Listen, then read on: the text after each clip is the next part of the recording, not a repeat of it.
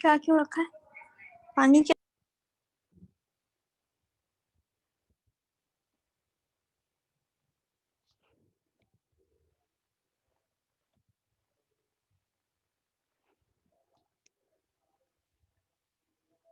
Assalamualaikum.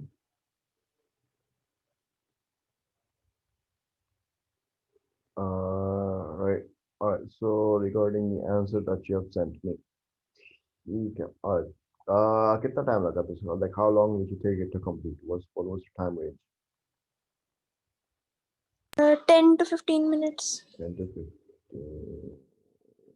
10 to 15. All right. All right. All right. So like whenever we answer this question, for design question, there are certain things that we need to highlight. What's our IV? What is our DV?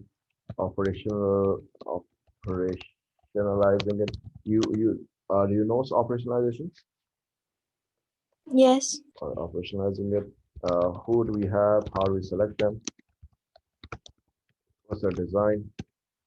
Uh, what's our methodology as in methodology? It's a questionnaire, interview, or observation, and you have to highlight the type of question, type of interview, type of observation, and if it's a questionnaire or interview, you have to give example questions, ethics, control, what type of data you get, quantitative data analysis, 1, 2, 3, 4, 5, 6, 7, 8, 9, 10, 11. So that's all the point that should be highlighted. You touched many of the points in your answer. All right, to see the test presence round conducted, it will be taking place over 24 months. All right, so you kind of like credit, you did this very well because the longitudinal study, so you did that right off the bat. All right, to ensure that follow-ups and relapses are considered. You don't need to, all right, so one thing I wrote that you kind of like justify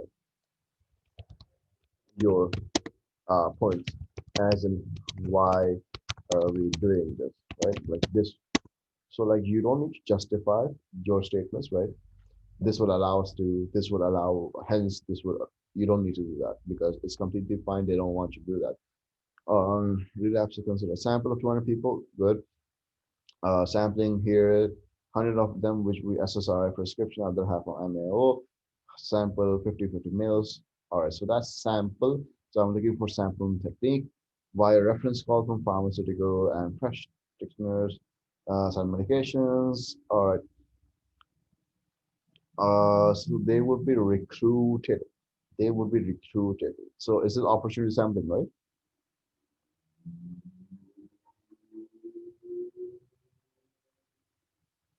This is opportunity sampling, right?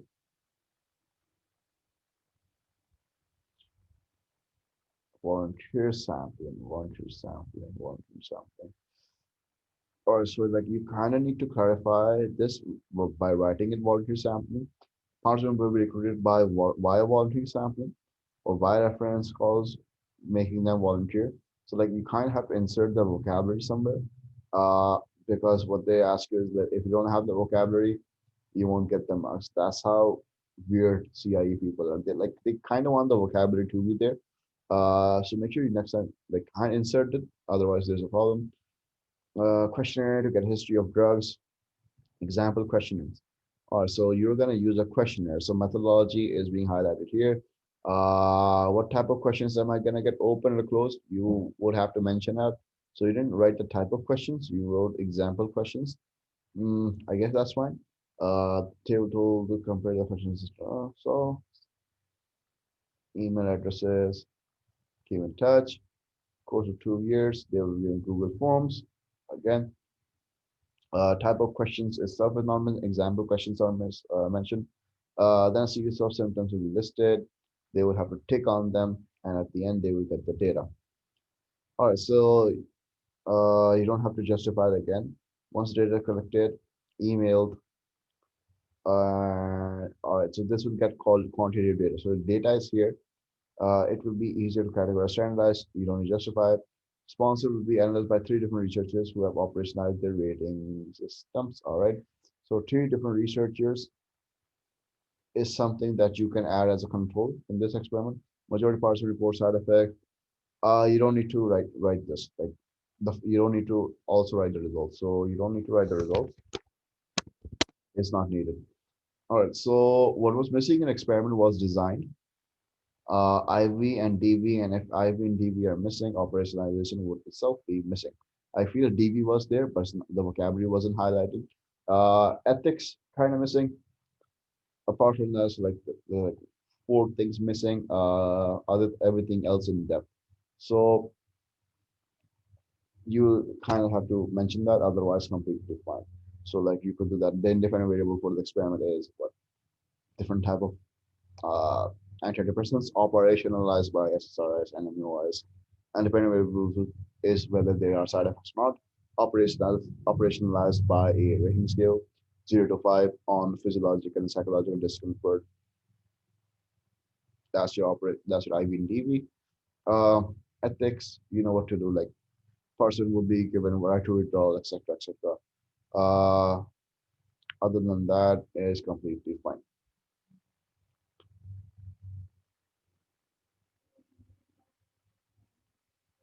Uh, are there any concerns regarding an answer, or is everything perfectly clear? What did you get in your AS? My results on 11th of January, I guess. All right, it's not arrived yet. All right. So far, uh, the way you shaped the experiment is very good, very structured. Most of the students aren't able to do that. So like I'm expecting some good result for AS, especially paper two, because if this is the type of answer that I'm gonna get. So nice job. Now we're coming on to our lesson. Last time we were discussing treatments, MAOI, SSRIs, and tricyclics. Now we're going to come on to other treatments of depression. Last one we had biochemical, where we're trying to change the person's biochemistry. Now we're going to do a biomedical treatment, where we're not going to change the person's chemistry, but we're going to do something medicinal or medical in nature. It's not medicinal, medical in nature. The treatment is known as ECT. ECT full form is electroconvulsive therapy. Electroconvulsive therapy. Uh, what you do is basically you have patient and you put electrodes around their head. You pass a mild electric shock and you make them get a seizure, and the seizure kind of helps them to get better. That's the entire mechanism. Why does ECT work? Unlike the MAOI, SSRS, and tricyclics, where we know how does it work. ECT mechanism, we do not know till this day. We don't know how does it work. People argue that that a person's brain chemicals get reset when a person has seizure, so they kind of get stable, but it's just a concept. So basically, you're not supposed to know why does ECT work. You're supposed to know what's ECT in general. So you can do it two ways. What hand do you write with? Left or right? Right. Right. So you do know that your left side is the most dominant part of the brain, right?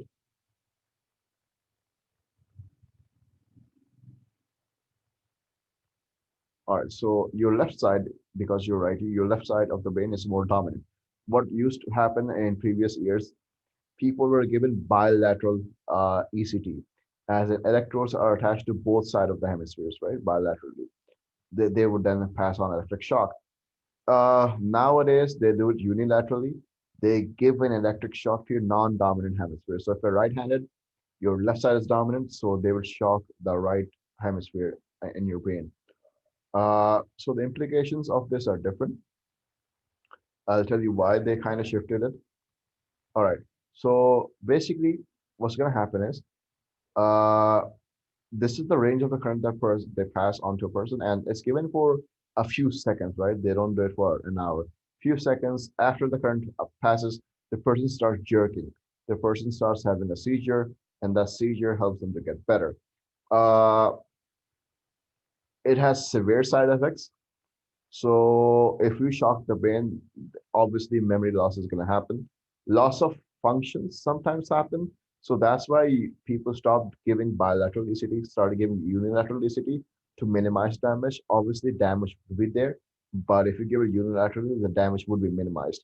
Memory loss is present. See, a person also jerks and like twists and bends, right, when they're having a seizure. So their body bends, and sometimes they can break their bones. It's that severe. So people can break their bones. A person can die as well. If people are heart patients or already have brain damage, you cannot give it to them. And people who have rods or anything implanted inside them which conducts electricity, you cannot give it to them. So its use is limited to people sometimes. Uh, but does it work? Yes, it works. There are the researches. There are researches. Uh, So like how long do you need to give ECT? It depends on the severity, but once a week is enough and like for 6 to 9 months. So that's ECT in general. Is that understood?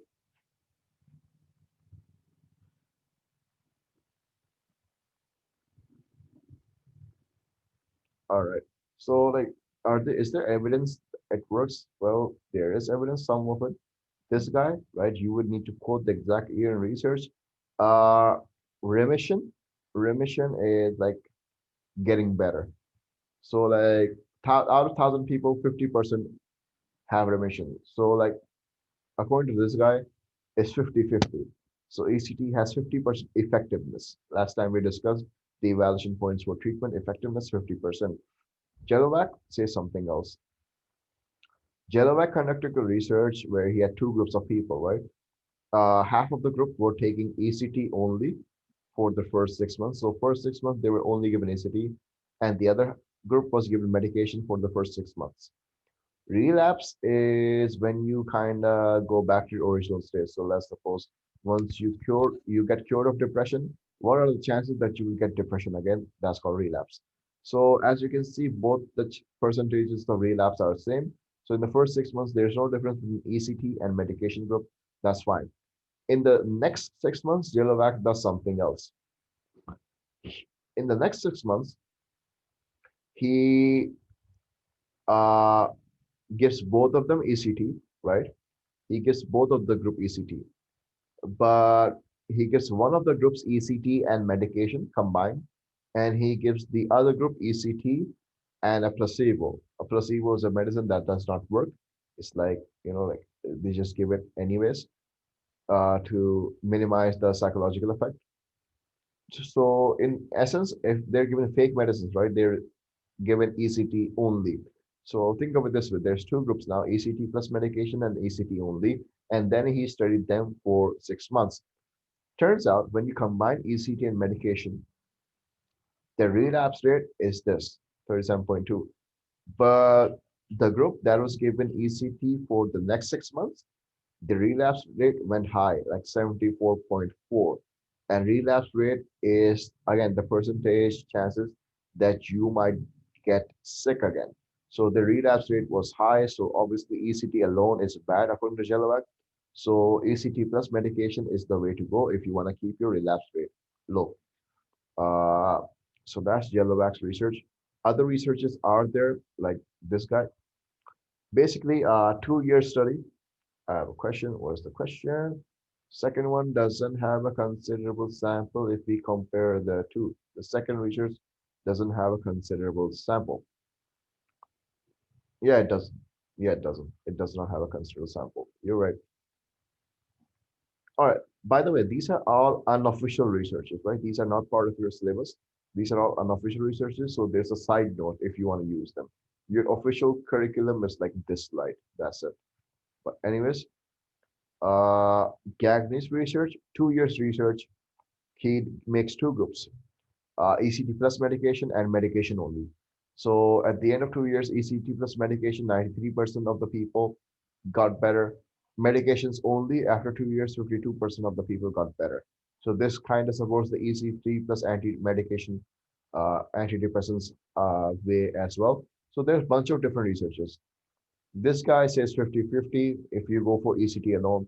This guy says you should combine ECT and drugs and you should not give ECT alone. This guy says ECT and drugs are the way to go and you should not give drugs alone. So again, there are different researches, different results. So that's why it is effective in some way for severe cases. So if you are going to evaluate this treatment, cost effective, uh, for hospitals, no. For patients, yes, because hospitals would have to construct an ECT machine that costs money. But for people, it is cheaper than therapy. ECT therapy does not cost a lot of money, surprisingly. So it is cheaper than therapy. It is very, very quick acting, but it's very, very risky. So appropriateness might be a question because of these side effects. Effectiveness could also be questioned according to this research, but other researches kind of supports its effectiveness. Nature nurture uh, is causing a person to have seizures.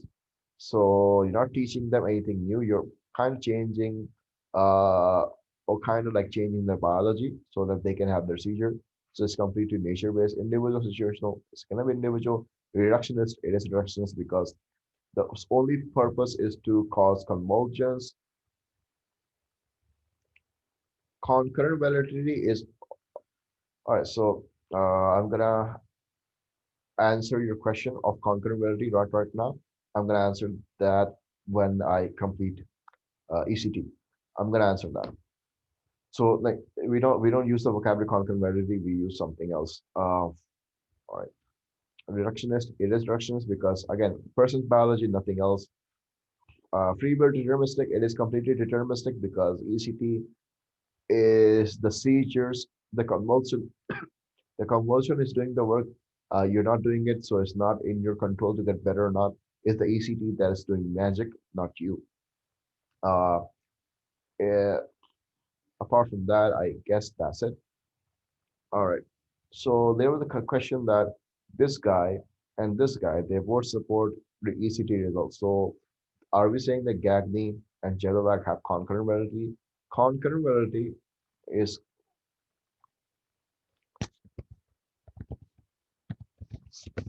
psychometrics. I told you I was going to discuss this. So that's a good opportunity to discuss psychometrics.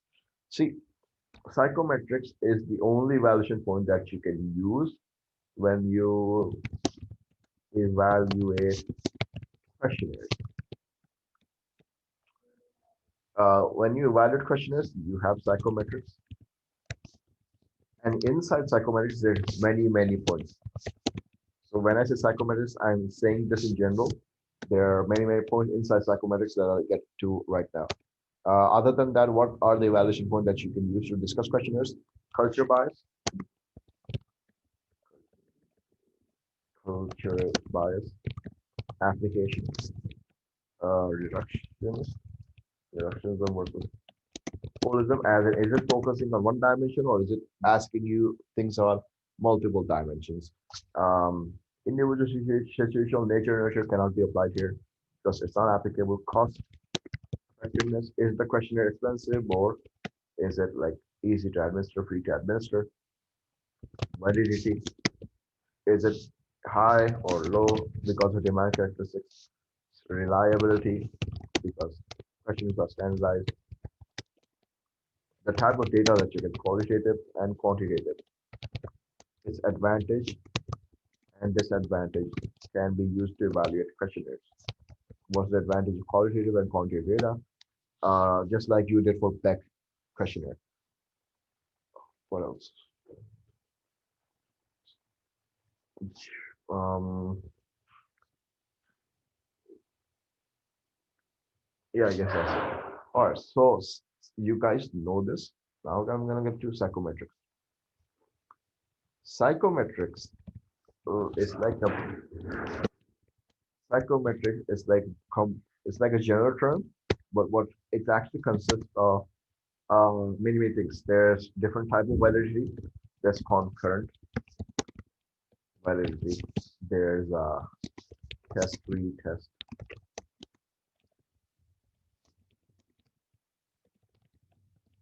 test reliability. There's also internal consistency. I don't think internal consistency is part of your syllabus.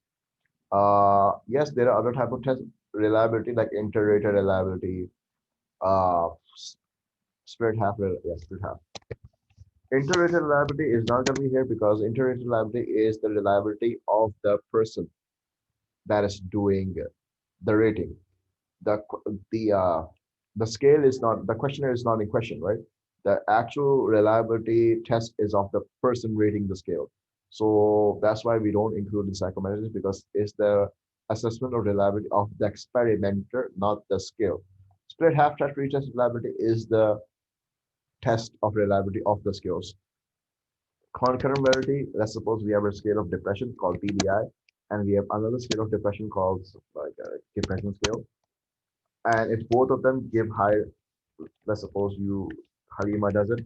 Halima has high depression BDI and high depression on depression scale. So both, if different scales, different questionnaires who measure the same thing give you the same answer, then you can say there is concurrent validity. As in, let's think of it this way: you're taking a second opinion. So if two different scales measuring the same thing give you the same answer, concurrent validity. Test retest reliability, again, you do a test once, BDI, BDI, and then sometimes later, let's suppose like 2 hours later, I do a BDI again. The results should be somewhat same. If the results somewhat similar, like score, if the first score I got in BDI was 21, the second score on BDI I got was like 23. Still all right, right? So it's somewhat same. So that's test reliability. Split half is like when you have a long question, let's suppose 20 questions, you split them into two, 10, and 10. So let's suppose the answer that you got on the first 10 questions was you scored like 15. And on the second 10 questions, you scored like 13. That's still fine. So scores are somewhat similar to this half, and this half gives you almost the same result. So that's split half reliability. Internal consistency is something very, very new. It's like let's suppose there are 5 questions. There are 5 questions. One, two, three, four, five. Internal consistency is basically, does one agree with two, three, four, five? Does two agree with uh one, one, three, four, five? Does three agree with one, two, three, five? And so on and so forth. As in, we're measuring, does this question agree with other questions? Does this agree with other questions? So it's basically an assessment of whether one question agrees with the other. What do I mean? Uh, See, if it's a scale of depression, right? So my questions are gonna measure symptoms of depression. I won't include symptoms that are not of depression. But what if on my scale, people get three, people score three in the first question? Let's suppose sadness. People score three on sadness. Less like lack of appetite. They score three here, right? Uh, like what? Low mood. Sorry, low esteem. They score three here as well. Sleep problems. They score three as well. Uh, what else? Feeling ugly. They don't score anything. They don't feel ugly. Every single question they scored three, but in the fifth question they didn't get any. They did not even score one. They they scored like zero. So by looking at it, I can say that question number five doesn't agree with the other questions. As in, question number five be measuring measuring the wrong symptom. That's why the people didn't rate it. What we're gonna do, we're gonna remove question five, or change question five, whatever, and then we're gonna check it again. Once we do it, we replace this question or eliminate this question, right? We will have internal consistency. So internal consistency is the value of how much does each question agree with the other questions in the questionnaire. And its value is given from 0.1, 0.01 to 0.1. Sorry, 1. The closer to 1, the better it is. So, like I've given this chart in like slide 2 of depression. So like you can see the internal consistency score of BDI is 0.92. It's very, very good. Test retest reliability is also there, 0.93. So sometimes you will have to find the internal consistency, test retest reliability, concurrent validity for certain skills online. Otherwise, I have given them or they are mentioned in your book. So whenever you are evaluating a questionnaire, they could ask you to evaluate the BDI, right?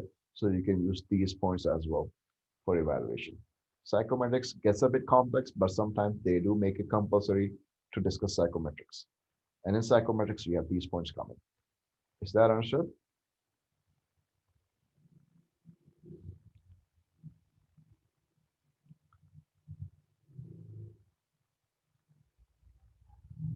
All right, Manal, is everything clear?